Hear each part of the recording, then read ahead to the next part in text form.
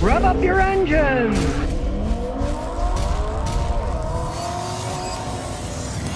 Now, here's an interesting car. SC400 stands for Sports Coupe. They never really made that many. The first year they made them, they sold almost 20,000. The last year they made them, they sold like 630. What's up with that? For a car built in 1995, it's got a decent style to it. It actually looks quite a bit like a Acura Legend. They were kind of copying them on that one. It's a two-door coupe with a V8 engine, and contrary to most cars, it's rear-wheel drive. So it's a real sports coupe, especially considering it's got a V8 engine under the hood. Toyota never really was big on sports cars. Look at them now, the two sports cars. One's a rebadged BMW, the other one's a rebadged Subaru. They don't sell enough of these. But it didn't mean they were bad cars. They're actually excellent cars. A particular market that Toyota wasn't very good at selling. Now it's called a sports coupe. There isn't much room in the back seat. Today it had heated seats. You could have power transmission or normal, whatever you want. Now check out the door hinge. What the heck is up there? It's like its own suspension system. They wanted these things to be so solid and not leak any air. Listen to that, that's solid. Lexus V8, 1UZ FE engine. And you can see somebody changed the timing belt at 51,000 miles. It does have a rubber timing belt. Now for a V8, this thing was designed pretty well. It's got a long enough snout, which is easy working room on this thing. Not that you need to really work on them that much because they're Lexuses, but if you're thinking about buying one used, realize one thing. Take the brake master cylinder. It's a very complex system. So if you can find one of these things with low mileage like this, right around 100,000 miles, hey, if you like the car, snap it up. Now, this one has an automatic transmission, showing that it's more of a sports luxury car.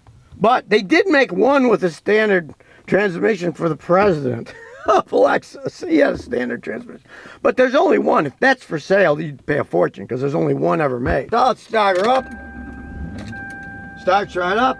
You can see the owner's a fanatic. He's got all kinds of cleaning stuff here. He wants to keep this car clean. Let's see, even though it's got 101,822 miles, it doesn't shake. The AC still works fine. The only thing here is the AC fan running. The engine's nice and quiet. It doesn't burn any oil between oil changes. And he's left it with the stock dual exhaust. So it's got a nice little sound, but nothing outrageous. Let's take it for a spin. And those hood hydraulics are still working. I had to push down hard to get them down. They didn't wear out. Being made in the 90s, it doesn't have any backup camera or anything. Still got a pretty smooth ride. You can just feel the power. Like I say, it's not a race car, but it is a luxury sports sedan. Being based on a Supra frame and a suspension, hey, it handles quite well. And of course, it's got anti-lock brakes. They're gonna stop on a dime and not squeal. No noises and everything falling around. And it's got a nice smooth power delivery. That's the V8 engine. Even with 100,000 miles on it, that baby shifted clean. No jerking. These were solid made cars. Basically, Lexus made them because they could. They wanted to make a super sports sedan, and they did. The last few years, they made Pebble Beach versions where you could get one that had matching luggage or matching golf clubs and golf balls, or one that had cooking lessons and knives that came with it. They were really going bourgeois there. Realize sometimes the Japanese just go a little bit too far in their marketing. Because really, if somebody wanted a car like this, after they drive it, they'd probably go and buy the thing. This thing really isn't even missing a beat after 27 years. Heck, I caught some kind of flu, you can tell by my voice. This thing's in better shape than I am today. So it's a beautiful car. It runs like a clock. But it does have one flaw. It's a heavy car with a big V8 engine. It is a gas hog. He gets in the low teens in these things driving around town.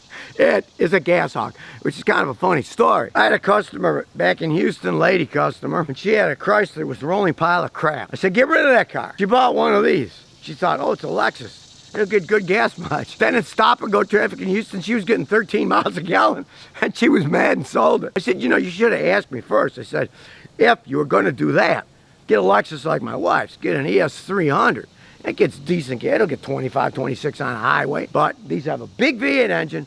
They're a heavy vehicle. They're solid. You feel safe in these things. But they are gas hogs. There's no way out of it. It's basically the same engine that they put in the Tundras, the old Tundra V8s. And they're gas hogs too. So what do I have to say? Hey, out the door at a car dealership, he paid $9,500. Considering that The average new car today, average, is 45 grand. To get this for 9,500, it's a steal as far as I'm concerned. Now, let's say it had 240,000 miles, then I'd be like, I didn't even know if I want to buy the thing. But with just 100,000 miles, that's nothing for one of these. It's lost none of its power. It still shifts like a dream. And it still is a good looking car considering how old it is.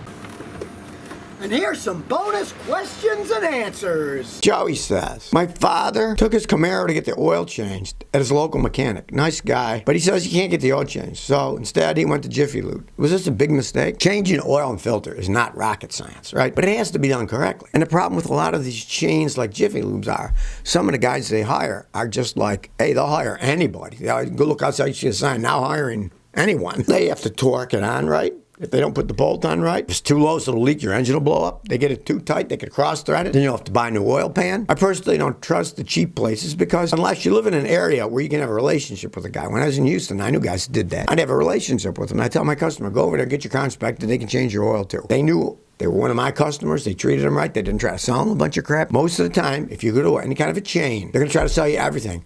Whether you need an air filter or not, a fuel filter or not, they'll try to sell you cleaning services, all kinds of stuff. That's how they make money. But if you can get a relationship with one where all they're doing is changing your oil and filter, make sure you buy the right oil, full synthetic for that thing, and a good filter, not a cheap filter. The cheap filters don't last as long. You use full synthetic oil, you're going to change it less frequently, you need a better oil filter too.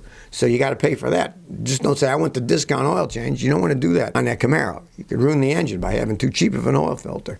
The cheap ones are only good for 3,000 miles of filtration, and they don't work that well. MBM567 says, how can I diagnose bad control modules? I have a Captiva 13 with 160,000 miles. I have U2105, U2106, and U0100 body control module to ECM, ECM to TCM, and PCM to ECM. What's wrong? All right, well, those are communication failures, meaning that the body control module, the main computer, and the transmission control module aren't communicating to each other, right? The first thing you want to do, you want to unplug all the wires and check them with an ohm meter.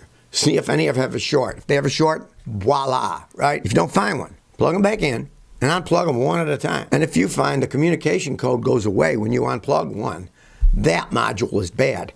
Pray it's that easy. Because if you do that and it doesn't go away, then you probably have a problem in the main computer, the ECM, because it can shut the whole thing out. Do that. Those are simple things that you can easily do. You could also do things like, if you're smart enough and you see where the main computer is, you can see the power supply going to the body control module, right? Is power going from the computer to the body control module? If it is, but nothing's coming out of the body control module, then the body control module's bad. You can check that too if you go far enough that you know which wires do what. You can get a wiring diagrams, places like All Data. You see which wires go where, and then you can start measuring what kind of voltage they have. Ted Glacier says, I'm thinking about putting a truck leveling kit. Got an F-150 trimmer. I don't like the look of the rake. What are the cons of installing a leveling kit? I'm not talking the whole truck lifting, but just raise the front about 2 inches to level the truck. All right, you own it, it's your truck. Do whatever you want. I don't advise it. The reason that they're made that way is for aerodynamics. So they get the best gas mileage and they get the best handling. The tires are set in a certain way by the engineers, so they corner right, shift right. You change the angle because you don't like it the way it looks. You want it to look level. They handle better that way. Trucks have enough problems with handling as it is because they're big vehicles and they have a tendency of tipping over. You start messing with that, it's going to be a less safe vehicle. And it will not handle as well. I mean, if you want the looks, it's your vehicle. Do whatever you want. But I'd advise against it because you're going against the engineering, the basic engineering of the vehicle by changing the angles. Everything changes. How it corners, even how it stops. I would not do it. Oh, Silverado says, I got a 2000 Silverado. The column shift won't move into first gear. My shifter will only go down to second. It won't go down lower. Is this a hard fix? The steering column is just a lever. The lever has a cable on it, right?